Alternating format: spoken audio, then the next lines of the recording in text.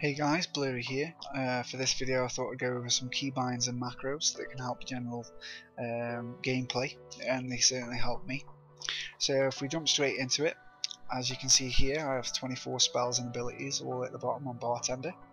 Now with me personally, they're actually all bound to my mouse, but for those who don't and they actually use them all on the keyboard, we'll focus on that.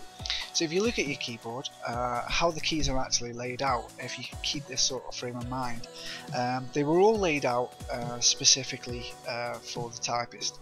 So for example, when you're typing, you notice how fluent it is to get from letter to letter whilst you're typing, say for example a letter, or typing in WoW.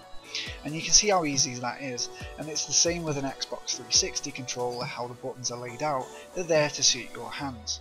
So if we take for example the keyboard and how it's laid out, a lot of players in WoW use keybinds from 1 to 4, Q to R, A to F, Z to V, and they also use Shift, Control, Alt as a modifier. We'll go into modifiers in a little bit, but for the main set of keys, as 1 to 4, basically as an example, you don't want to be casting one of your spells from 1 to 4 and then reaching over to say cast a spell on number 9. It's quite a lot of effort, it's going to make you stretch, and not even if you've got quite giant hands you're going to be able to do it without straining yourself. So this is why we keep to these sort of spells section. So for Q and E I personally use as self-target and focus target, so I can easily switch between my focus and myself. So if I want to get a quick heal or bubble on myself and then a dot on the target if it's running out, I can easily do that. For A, S, D and W are my movement keys, but a lot of people tend to not change S and it becomes the backpedal key. As we all know, no one really likes a backpedaler. So the way I sort of got around this, if you don't really want to use it as a backpedal, is replace S and keybind it with say pain suppression. Now for me, pain suppression is obviously a big 3-minute cooldown for me, so obviously if I'm hitting S all the time as a backpedal by mistake, I'm going to use my cooldown by mistake and I'm going to screw myself up and think, what a dickhead. So I don't want to be doing that. So the more you get into using a spell on a button like a backpedal key like that, you can get out of the habit quite quickly. Also I mentioned about modifiers. I personally just use the Shift modifier, but other people use Control and Alt. Now the way modifiers work is basically in a simple macro. So if you open up the macro pane, which is /macro, oops, you can see all my macros are here. Now I have quite a few macros, and basically I'll go into detail in a couple in a minute, but first we'll focus on the modifier. Now as you can see, my spell bar at the bottom here has the bottom 12 spells. Now each button I press, say for example Penance was number 1, Power Word Shield number 2, number 3, 4 and 5, and the same here are button 1 to 5. Now pressing button 1 isn't going to cast both, but if I press Shift and 1 it will cast the top bar. So for example, if I want to cast a bubble on myself and then get a Holy Fire, I press button 2 and then Shift and button 2 for Holy Fire.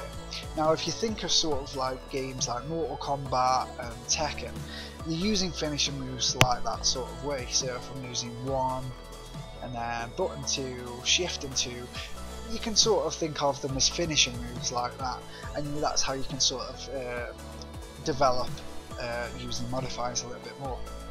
So if we jump into the macros I have here, for example I'll take the Flash Heal and Smite macro.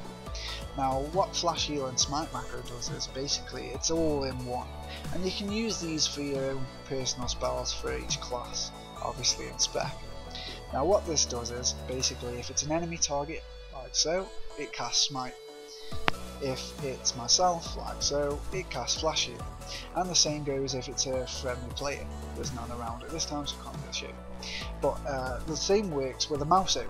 Now if you add a mouse over macro into this, you can actually use your spell on a target that isn't your target.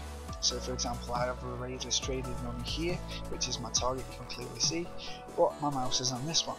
So as soon as I use this spell, both, it's on that one, and I can quickly switch between the two and keep casting spells between two targets without ever changing one target. So it kind of helps in that way using mouse overs. Now the way to do this, if you open up the macro pane, is this simple macro right here, which is a mouse over, harm, and no harm.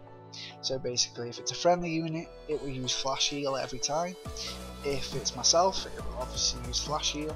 If it's an enemy target, it will use smite, and wherever my cursor is, it will distinguish between the two and then cast the relevant spell, and it's just in the one button.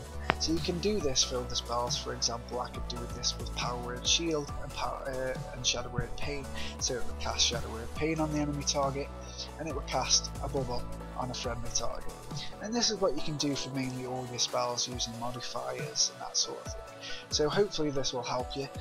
For any questions, just don't forget to shout, and thanks for watching, and I'll see you in the next one.